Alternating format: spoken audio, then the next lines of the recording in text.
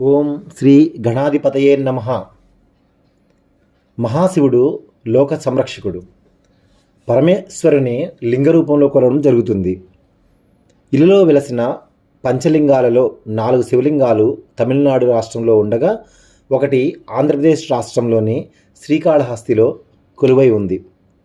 ఈ పంచ శివలింగాల గురించి మనం తెలుసుకుందాం. మొదటగా ఆకాశలింగం. పంచలింగాలలో ఆకాశలింగం ఒకటి. చిదంబరంలో కొలువై ఉన్న ఆకాశలింగం గురించి తెలుసుకుందాం. ఆకాశతత్వానికి నిదర్శనంగా ఈ క్షేత్రంలో శివలింగాన్ని పూజిస్తారు. 40 ఎకరాల విస్తీర్ణంలో ఉన్న ఈ ఆలయం శైవ విష్ణు భక్తులకు ఎంతో ప్రత్యేకమైనది. ఈ ప్రాచీన దేవాలయం శివుని నటరాజ స్వరూపంతో పాటు గోవిందరాజ పెరుమాళ్లకు సైతం ఆలయం ఉన్నది. ఇక్కడ పరమేశ్వరుడు 3 రూపాల్లో దర్శనమిస్తాడు. శివుడి శాస్త్రీయ రూపమైన లింగానికి భిన్నంగా ఇక్కడ స్వర్ణాలంకర భూషితుడైన నటరాజస్వామి రూపంలో పరమశివుడు కొలువై ఉంటాడు. చంద్రమౌళేశ్వర స్ఫటికలింగం, రూపం లేని దైవ సాన్నిధ్యం అనే రూపాల్లో పరమేశ్వరుడు దర్శనమిస్తాడు. పరమేశ్వరుని 3వ రూపాన్నే చిదంబర రహస్యం అంటారు. పృథ్వీలింగం. తమిళనాట తెలుగువారు ఎక్కువగా ఉండే ప్రాంతం కంచి. కంచిలో ఉన్న ఏకాంబరేశ్వర శివలింగం భూమిని సూచిస్తుంది. ఆలయం లోపల 1000 స్తంభాల నిర్మాణంతో పాటు 1008 శివలింగాలు ప్రతిష్ఠించబడ్డాయి.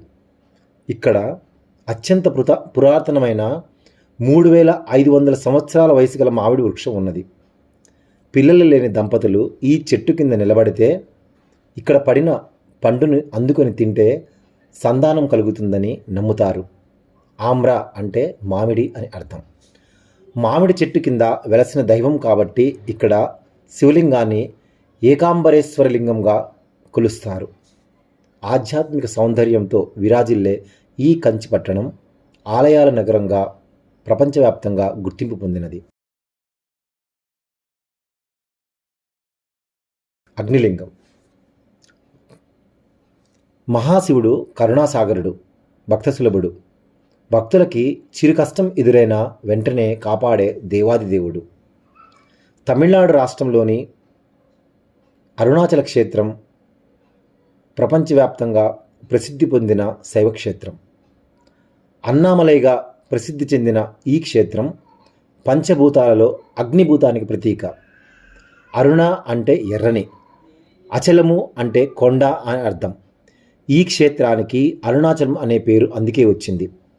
అరుణాచలం కొండ చుట్టూ ప్రదక్షిణ చేస్తే సాక్షాత్తు పరమశివుని చుట్టూ ప్రదక్షిణ చేసినట్లే అని భక్తుల నమ్మకం. శివాజ్ఞతో విశ్వకర్మ ఈ అరుణాచలేశ్వర దేవాలయాన్ని నిర్మించినట్లు పురాణాలలో చెప్పబడుతుంది.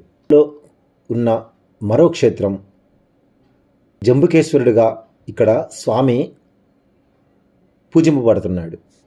తమిళనాడు రాష్ట్రంలోని తిరుచుకి దగ్గరలో ఉంది జంబుకేశ్వర ఆలయం. పూర్వం ఇక్కడ జంబు వృక్షాలు అధికంగా ఉండడం వలన ఏనుగుల చేత పూజలు అందుకుంటున్న క్షేత్రం కావడం వలన ఈ ప్రదేశానికి జంబుకేశ్వరంగా పేరు వచ్చింది. ఇక్కడ జంబుకేశ్వర లింగం పడమరముఖంగా ఉంటుంది. నీటితో నిర్మితమైన ఈ లింగం నుంచి పానమట్టం నుంచి నిరంతరం నీరు ఊరుతూ ఉంటుంది. అందుకే పానమట్టంపై ఒక వస్త్రాన్ని కప్పుతారు. దీనిని కొద్దిసేపటి తర్వాత పిండి ఆ నీటిని భక్తులకు చూపిస్తారు. ఆంధ్రప్రదేశ్ రాష్ట్రంలో ఉన్న శ్రీకాళహస్తేశ్వరుడిగా స్వామి పూజలందుకుంటున్నాడు. తిరుపతికి 36 కిలోమీటర్ల దూరంలో ఉన్న శ్రీకాళహస్తి ఆలయం ఇక్కడ వాయువుకు ప్రతీకగా శివలింగం వెలసినట్లుగా స్థల పురాణం చెబుతుంది.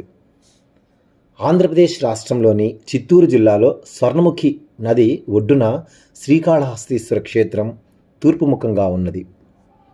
దీనికి నిదర్శనంగా భక్తులు ఆలయ గర్భగుడిలో ఓ అద్భుతాన్ని వీక్షించవచ్చు. కర్పూరలింగంగా పిలిచే ఈ శివలింగం చుట్టూ అనేక దీపాలు నిశ్చలంగా ఉంటాయి. కానీ స్వామివారి ఎదురుగా ఉండే దీపం మాత్రం ఎప్పుడూ రెపరెపలాడుతుంటుంది. అందుకే ఈ లింగాన్ని ప్రాణవాయులింగంగా పూజిస్తారు. స్వామి ఉశ్వాస నిశ్వాసల కారణంగా ఈ మహత్యం జరుగుతుందని, శ్రీకాళహస్తీశ్వర లింగానికి ప్రాణం ఉందని భక్తుల నమ్మకం.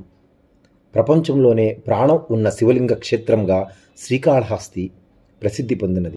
ఓం నమః శివాయ, ఓం నమః శివాయ, ఓం నమః శివాయ. రచన గొర్రెపాటి శ్రీను, హైదరాబాద్.